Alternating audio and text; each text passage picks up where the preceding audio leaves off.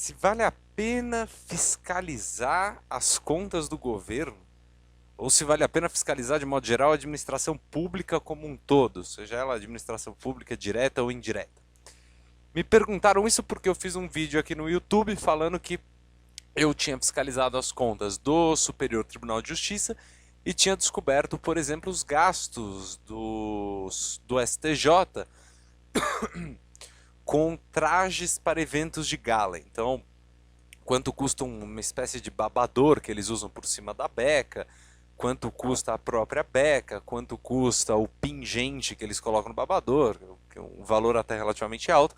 Eu entrei no site do STJ, fiscalizei as contas, fui buscar o nome da empresa que fornecia os trajes, descobri que a empresa fornece os trajes há 40 anos, fui buscar quem era o sócio da empresa. Aí o sujeito olhou pra mim e falou assim: pô, você é louco, você não tem nada pra fazer? Eu falei: não, muito pelo contrário, eu tenho muita coisa pra fazer. Eu falei: eu trabalho o dia inteiro no escritório, eu tenho aulas que eu dou à noite na internet, eu escrevo também, em breve pretendo ter obra publicada, mas eu separei meia hora do meu dia para fiscalizar as contas do governo. Mais especificamente, nesse caso, foi do STJ. Se vale a pena, é óbvio que vale a pena. É óbvio. Por que eu falo que vale a pena?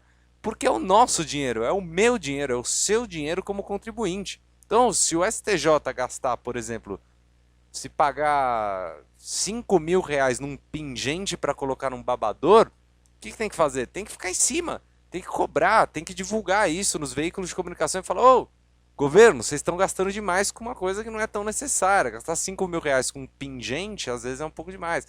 Não era esse o valor. Se você quiser saber o valor, entra no meu canal e procure o vídeo. Tá lá, fiscalizando as contas do governo, fiscalizando as contas do STJ. Não me lembro agora exatamente o título, mas qual é a ideia?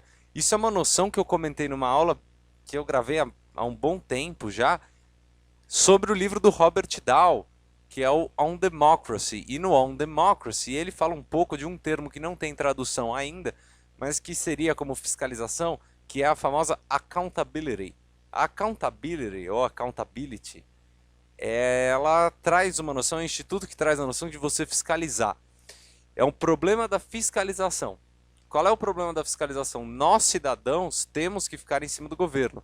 Mas, ao mesmo tempo, o governo tem que criar mecanismos que comprovem a fiscalização para os cidadãos. O que eu estou querendo dizer com isso? É claro, a gente tem que ficar em cima, lógico que tem, o dinheiro é nosso. Quando você paga o seu imposto de renda, eu acho que você lembra um pouco disso.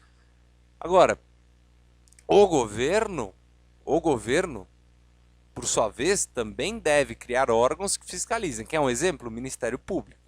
O Ministério Público não tem uma classificação exata na administração pública, ele é considerado pela maioria da doutrina como um órgão sui generis. Mas a intenção dele, a função dele é, entre outras, de fiscalização do governo. Então você tem a Polícia Federal, tem o Ministério Público, tudo bem. Problemas trazidos pela noção de accountability, como eu disse antes. Quem fiscaliza o Ministério Público? Quem fiscaliza a Polícia Federal? Cabe a quem? Tem um órgão que fiscaliza um órgão que fiscaliza um órgão que fiscaliza o governo e assim a coisa... Percebe que não tem fim?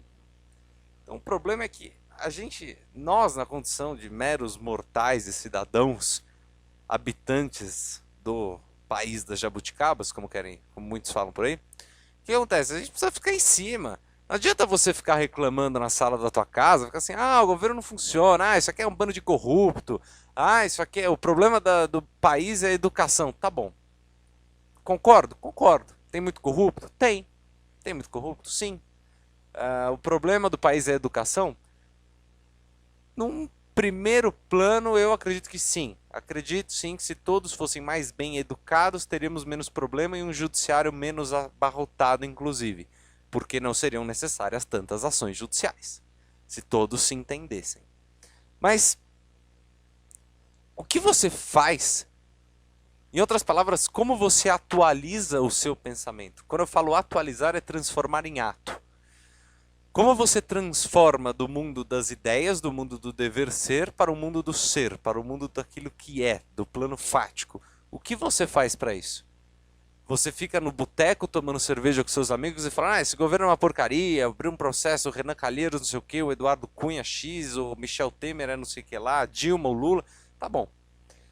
Pode ser que eu concorde com algumas coisas, pode ser que eu discorde em outras. Mas a minha pergunta é, você fiscalizou, você leu, por exemplo, na época do mensalão. Na época do mensalão foi divertido, porque a ação penal 470 foi motivo de chacota, de jornal, todo mundo falava em mensalão. Eu pergunto pra você, você sabe o que foi o mensalão? Se eu perguntar pra você agora, o que foi o mensalão? Você sabe me responder? Então começa a pensar um pouco, não só com essa pergunta, mas de um modo geral. Fiscalize e fique em cima. Leia os autos processuais, entenda sobre aquilo que você vai falar. Porque não adianta você ficar reclamando sem fazer nada. Você precisa se acostumar a entrar no site do Planalto, entrar no site da prefeitura da sua cidade e fiscalizar, trabalhar em cima disso. E apresentar fundamentos sólidos, contundentes, para reclamar, para expor uma opinião. Não adianta você ficar berrando por aí falando isso. Porque tem gente fazendo isso. Aqui no YouTube, inclusive. Então essa é a minha recomendação. Fiscalize, porque, concluindo assim, porque se vale a pena, como eu coloquei no título do vídeo, vale a pena fiscalizar o governo? É óbvio que vale. Porque é o nosso dinheiro envolvido, pelo amor de Deus. Se você não der valor para o seu dinheiro, você vai dar valor para o dinheiro de quem? Se você não der valor para o seu trabalho, você vai dar valor para o trabalho de quem? Você tem que fazer aquilo que você acredita. E para fazer aquilo que você acredita, normalmente você vai precisar de um pouco de dinheiro. Então se o seu sonho, por exemplo, é trabalhar com... Sei, tô olhando aqui pro lado, vi um copo aqui cheio de canetas. Vou pegar uma caneta. Se o seu sonho é fabricar caneta e você acredita que uma esfera de tungstênio numa ponta de uma caneta consegue fazer uma escrita de um determinado jeito, sensacional. Aí você fala, mas por que alguém vai querer fazer caneta? Não sei, os russos na época da guerra espacial, reza a lenda, que usaram lápis nas espaçonaves, enquanto os americanos gastaram milhões de dólares em desenvolver uma caneta que conseguisse escrever no espaço. Então, por que desenvolver canetas? Poxa vida, os Estados Unidos investiu milhões de dólares num negócio como esse, talvez investir em canetas seja interessante.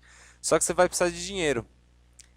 E se você tiver um governo que tira menos dinheiro do seu bolso, com tributos de uma maneira geral, e quando eu falo tributos, eu me refiro aqui, evidentemente, às espécies de tributos, seja imposto, taxa, contribuição de melhoria, todas as espécies, se você tiver que pagar menos dinheiro para o governo, você vai conseguir ter mais dinheiro no seu bolso. Se você tem mais dinheiro no seu bolso, você consegue investir mais naquilo que você quer. Então, por óbvio, por favor, colabore, fiscalize o nosso governo. Tire meia hora do dia para estudar e ver, analisar as contas do governo que são o nosso dinheiro. Dê valor para o nosso dinheiro, para o meu, para o seu e para o de todos os cidadãos do Brasil. Obrigado se assistiu até aqui, deixe seu joinha se gostou, inscreva-se no canal e até o próximo vídeo. Valeu!